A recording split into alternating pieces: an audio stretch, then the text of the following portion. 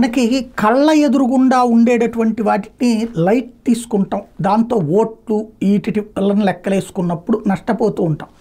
అందులో ఆంధ్రప్రదేశ్కి ఇప్పుడు వాస్తవంగా మనం వాతావరణ కేంద్రం, హైదరాబాద్ వాతావరణ కేంద్రం, విశాఖపట్నం వాతావరణ కేంద్రం ఇవన్నీ మాట్లాడుకుంటున్నాం.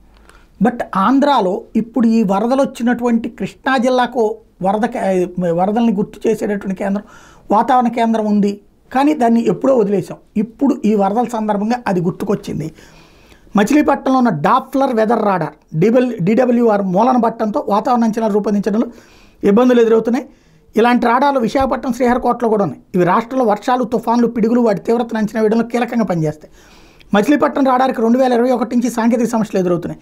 2004లో ఏర్పాటు చేసిన దీని జీవితకాలం పూర్తి కావడంతో జనవరి తర్వాత మూలకు చేరింది.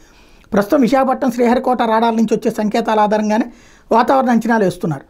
వాస్తవంగా Machilipatnam S band Doppler weather radar ఏర్పాటు చేయాలని కేంద్రం నిర్ణయించింది. దీనికి కనీసం 200 కోట్లు ఖర్చు అవుతుంది.